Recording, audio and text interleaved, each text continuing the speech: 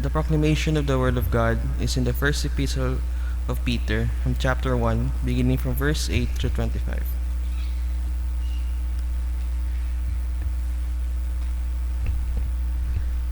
Whom having not seen you love, though now you do not see him, yet believing, you rejoice with joy inexpressible and full of glory, receiving the end of your faith, the salvation of your souls. Of this salvation the prophets have inquired and searched carefully, who prophesied of the grace that would come to you, searching what manner of time the Spirit of Christ who was in them was indicating when he testified beforehand the sufferings of Christ and the glories that would follow. To them it was revealed that, not to themselves, but to us, they were ministering the things which now have been reported to you through those who have preached the gospel by the Holy Spirit sent from heaven, things which angels desired to look into. Therefore, gird up your loins and of your mind. Be sober, and rest your hope fully upon the grace that is to be brought to you at the revelation of Jesus Christ. As obedient children, not conforming yourselves to the former lusts, as in your ignorance, but as who called you is holy, you also be holy in your conduct, because it is written, Be holy, for I am holy. And if you call on the Father, who without partiality judges according to each other's work, conduct yourselves throughout the time of your stay here in fear, knowing that you were not redeemed with corruptible things, like silver or gold, from your aimless conduct received by tradition from your fathers, but with precious blood of Christ, as of a lamb without blemish and without spot. He indeed was foreordained before the foundation of the world, but was manifest in these last times for you, who through him believe in God, who raised him from the dead and gave him glory, so that your faith and hope are in God. Since you have purified your souls in obeying the truth through the Spirit in sincere love of the brethren, love one another fervently with a pure heart. Having been born again, not of corruptible seed, but with incorruptible, through the word of God, which lives and abides forever. Because all flesh is as grass, and all the glory of man as the flower of the grass. The grass withers, and its flowers fall away.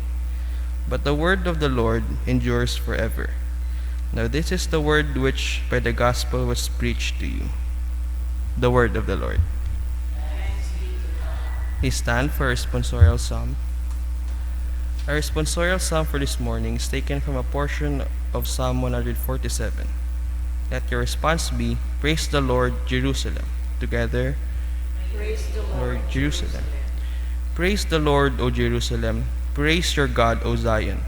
For he has strengthened the bars of your gates. He has blessed your children within you. Response. Praise the Lord, Jerusalem. He makes peace in your borders and fills you with the finest wheat. He sends out his command to the earth. His word runs very swiftly. Response. Praise the Lord, Jerusalem. He declares his word to Jacob, his statutes and his judgments to Israel. He has not dealt thus with any nation, and as for his judgments, they have not known to them. Response. Praise the Lord, Jerusalem. Glory be to the Father, and to the Son, and to the Holy Spirit. As it was in the beginning, now and ever shall be, world without end. Amen. The Lord be with you. With your spirit. The Holy Gospel of our Lord Jesus Christ according to St. Mark chapter 10. Glory to you, Lord Jesus Christ.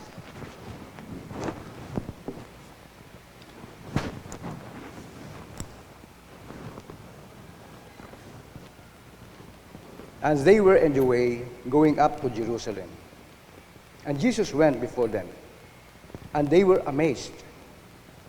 And as they followed, they were afraid.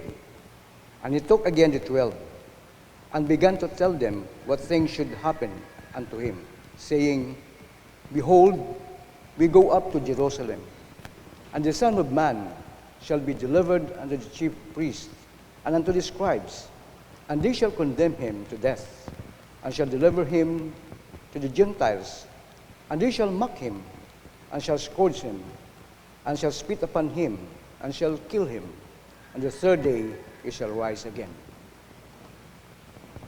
And James and John, the son of Zebedee, come unto him, saying, Master, we would that thou shouldest do for us whatsoever we shall desire. And he said unto them, What would ye that I should do for you? They said unto him, Grant unto us that we may sit, one on thy right hand, and the other on thy left hand, in thy glory. But Jesus said unto them, Ye know not what you ask. Can you drink of the cup that I drink of, and be baptized with baptism that I am baptized with? And they said unto him, We can. And Jesus said unto him, You shall indeed drink of the cup that I drink of, and with the baptism that I am baptized with shall ye be baptized. But to sit on my right hand and on my left hand is not mine to give, but it shall be given to them for whom it is prepared. And when the 10 heard it, they began to be much displeased with James and John. But Jesus called them to him, and saith unto them, Ye know that they which are accounted to rule over the Gentiles exercise lordship over them, and the great ones exercise authority upon them. But so shall it not be among you. But whosoever will be great among you shall be your minister. And whosoever of you will be the chief priest shall be servant of all. For even the Son of Man came not to be ministered unto, but to minister, and to give his life a ransom for many. The Gospel of the Lord. Praise to you, Lord Jesus Christ. You may be seated. And good morning. The temperature of the land is as if we're in hot or we're in cold. But it can be so also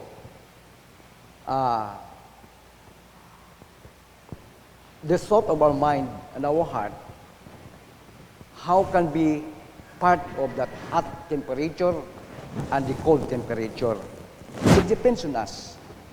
As I have told you so many times, we on our own, we have our control. Outside of us, we have nothing. I cannot control you, you cannot control me. But on my own, I can control myself and you can control yourselves. Now, in the passage of the scriptures this day, our gospel, our Lord Jesus Christ is foretelling his death a third time. Might be during the first time he said, just go up to Jerusalem, and in this place I will be delivered to the Gentiles, the scribes, and you will kill him, and I will rise again the third day, the second, and today the third. But rumasadya tayo, hararo attitude, kahit nakabati nga, ro Ginoo, ro anday natawag nga master, ay mamatayon. So, these two apostles, James and John, ay, as we have heard, nagapit ka na, Lord, in your glory ay, imo kami ibutang sa imong tuo, agibutang mo man kami sa, agibutang mo ako sa waga.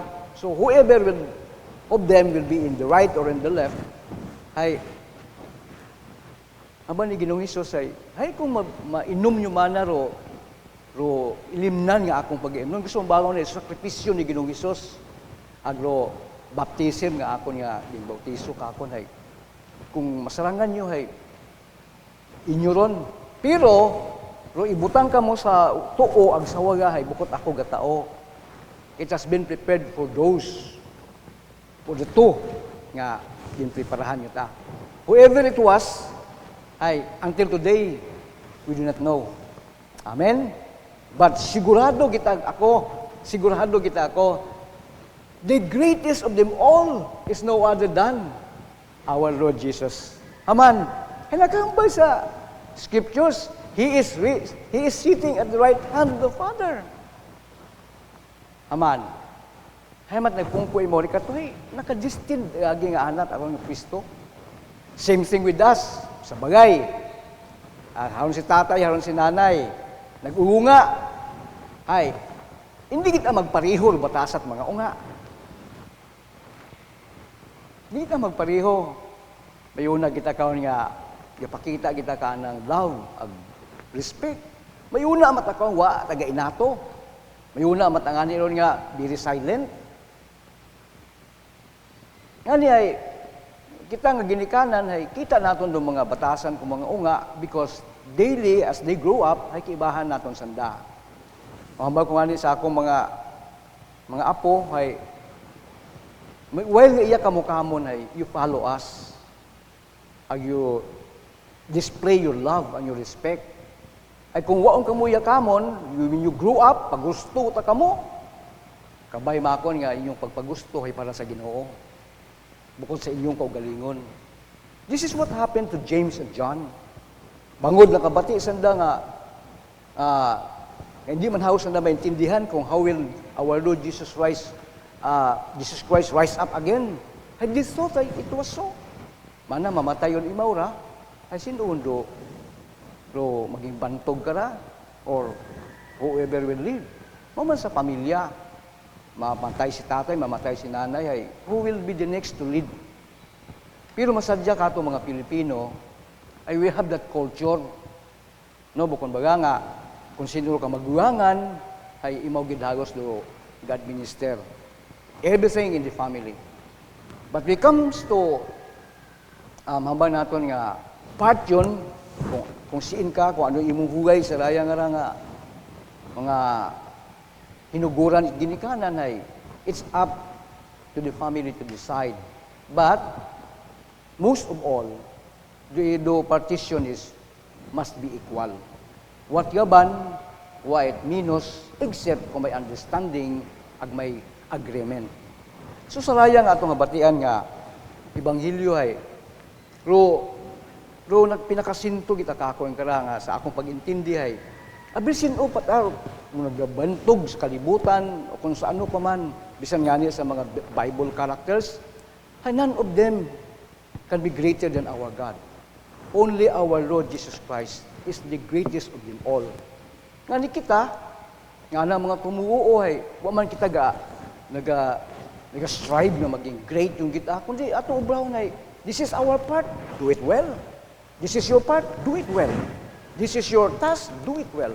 Haman, your big and small participation ay makaamot nga rong hilimuon it simbahan ay matawat katumanan.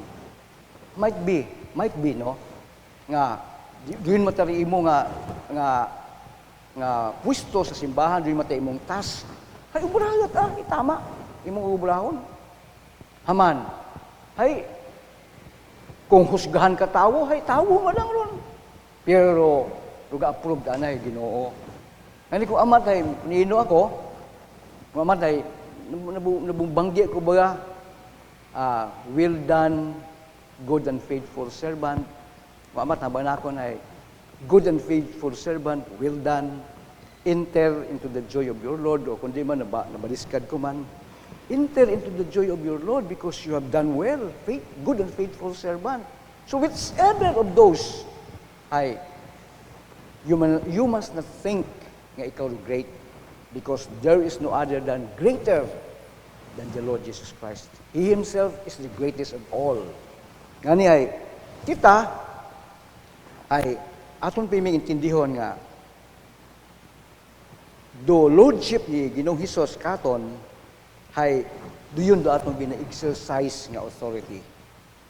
Authority na nakaton ag authority sa aton nga responsibility. Apart from that, sumubra man o magnaba man karon ay imot ang responsibility ron. Ngano sa ginharian nito atong Ginoo o sa simbahan man, we have our own task. Ag it's good nga ginbutang ka ri karon. Haman, hay wa ka man pagibutang ri karon kun wa ka kita. agsayod mo, agsayod kita naton, only God can see our hearts. And because God sees our heart, see to it that our hearts are right before our God and what we are doing sa anang gintao katon nga assignment. Ngani ay ro hamat naging great si Ginoong Hesus ay hambang nanaw. Kumo naga contest yun sanda, si James, si John, agro na pugo nga ka apostoles, yung banana ni Ginoong Hesus kay, but so shall it not be among you. Bukod dapat it muron kinyo. But whosoever will be great among you shall be your minister. And whosoever of you will be the chief priest shall be servant of all. For even the Son of Man came not to be ministered unto, but to minister and to give his life a ransom for many. Dumduman akon, bago ako sa Army of the Lord, at bago kitang naging St. Michael's Church. Siyempre may bismint yun. Ay kami nga mga akulito, ay kami ga-assist kay Father Ricardo Anay, kay Father Dick. Kami ga-assist. So almost memorize ko kung pauno obrahon. One time, I was in a vigil service nga may namatay. Ay, ito ako, pero pare, ay, waid ga-assist. Ag, malisdan imaw ga-ilis, isaga, sumakon ay, Padre, pwede ka na akong buligan. Ay, sige ho, tigo ka manay. Umakon as, may asang kiri, makon ako nga paghihubot. So, I helped the man. Ag di man, ginahaban ako, this man, this priest, is a minister of St. Jude Church sa Andagaw. So after habuligan ko imaw ay, wait man na pagkatapos it's sirbisay, istorya kita. O makon Padre. So, tapos na serbisyo sa patay, nag-vigil ay, istorya kaming daywa. Unknowingly, magsuon gali kami. Ay anang tatay, akong maninoy, imaw ay pare, ako'y akulito at St. Michael, ay nag-meet kami daywa, nagsubilanon kami. Tapos ay punta mana, every time ay may akong serbisyo mana ay iya sa baryo, iya ka. Agon may gabulig kakon, nagailis. Ay, makon Padre, basta bakante makon ako, I will help you. Now, ang pangutana na ako kung pauno ako nag-antigo, mag-ilis at basement. Makon ay, I am an acolyte in St. Michael's Church. Pagkabati na St. Michael's Church, ay mas maumpok yung mga sangkiri. O galing bangon, mag-igsuon yun kami, ang kilaga kami ay, sorry kami, makon ay, don't you worry. Do amon nga makon nga pagtinuunan sa St. Michael's Church is according to the Word of God. Okay. So, tama naman mana akong i-share nga to kay na sa gospel. Ay, tama akong Padre. Nga, no one is great except the Lord Jesus Christ. So, having remembered that event, nag-amigo kami. In fact, anat ang niya akong ginakomisyon nga magturo sa mga ermita, ay bangod niya nga kung magsimba ng mga tao ay pagtindog mo, halimbawa ma-opering ka, pagbalik mo ay may tawo ka sa imong bangko, magkalawat ka, may ibawat ang tawo sa bangko nga nimo pagbalik mo, ay gusto ko man ng turuan mo ng mga tawo naton kung proper nga simba. Kung may gamisa, ayaw ikamo sugod. Huwat kamot next mass, ay kabuabong misa. So, by that ay, siyempre, mas pili ko talaga sa St. Michael ay, iyat ako sa St. Michael nag-antigo. So, abaw ka na ay, waman kaabot daan na kakon nga letter of commissioning, ay, balik taon ako sa St. Michael. Now, importante karay, we know not what they are doing. But we ourselves know what we are doing. Aman, may disiplina kita. Not to be a great one in the church, but to practice discipline in the church is good. And God sees our heart. Si Ginoong Hesus nag-abot sa kalibutan, bukon it para sirbihan imaw, kundi imaw magsirbi sa mga tao. And what He did in the cross is the greatest work of all. Ang banana, I will rise in the third day. And he does so, risen in the third day. And what happened to the church? The church become great because of the Lord Jesus Christ. Kanya kita, bilang anang mga tumuguo, anang mga servidor, ay ipakilala natin imaw sa mga tao nga, this is the greatest of all, no other than but the Lord Jesus Christ. Amen. Please stand.